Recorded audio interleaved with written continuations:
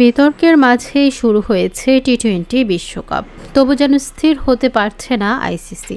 প্রথমে বাংলাদেশ, পরে পাকিস্তান ইস্যুতে যে টালমাটাল অবস্থার সৃষ্টি হয়েছে তা থেকে বের হতে পারেনি ক্রিকেটের সর্বোচ্চ নিয়ন্ত্রক সংস্থা। তাই বিশ্বকাপ চলাকালীন সবাই রেখেছে সংস্থাটি।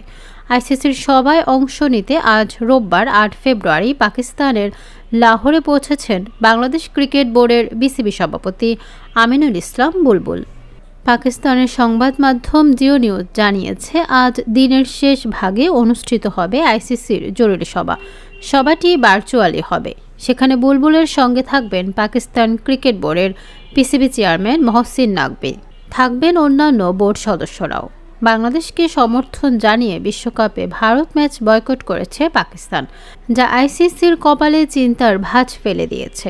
ক্রিকেট দুনিয়ার সবচেয়ে চটকদার ম্যাচ ভারত বনাম পাকিস্তান লড়াই, যা কেবল একটি ম্যাচেই সীমাবদ্ধ থাকে না। ক্রিকেটের যারা স্টেক হোল্ডার তাদেরও চোখ থাকে ম্যাচটিতে। এই একটি ম্যাচে যে পরিমাণ অর্থের ঝনঝনানি তার ধারে কাছে নেই আর কোনো ম্যাচ।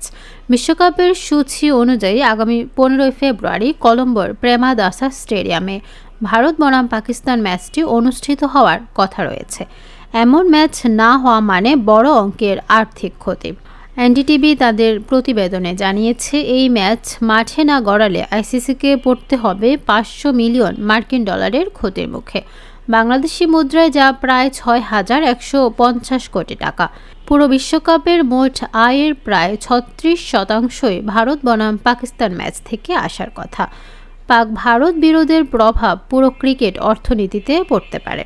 আইসিসির $3 বিলিয়ন ভারতীয় সম্প্রচার চুক্তির বড় অংশ নির্ভর করে বৈশ্বিক আসরে প্রতি বছর ভারত বনাম পাকিস্তান ম্যাচের ওপর। প্রতিটি ম্যাচের আনুমানিক মূল্য প্রায় $50 কোটি। ম্যাচ বাতিল হলে চুক্তি লঙ্ঘনের দায়ে আইসিসিকে অর্থ ফেরত দিতে হতে পারে। সূত্র জানিয়েছে, 4 বছরের জিওস্টার সম্প্রচার চুক্তির প্রায় 2/3 মূল্যই ভারত বনাম পাকিস্তান ম্যাচকে কেন্দ্র করে। আগামী বছর চুক্তির মেয়াদ শেষ হচ্ছে এবং বর্তমান আঞ্চলিক সম্পর্কের প্রেক্ষাপটে একই শর্তে নবায়নের সম্ভাবনা কম।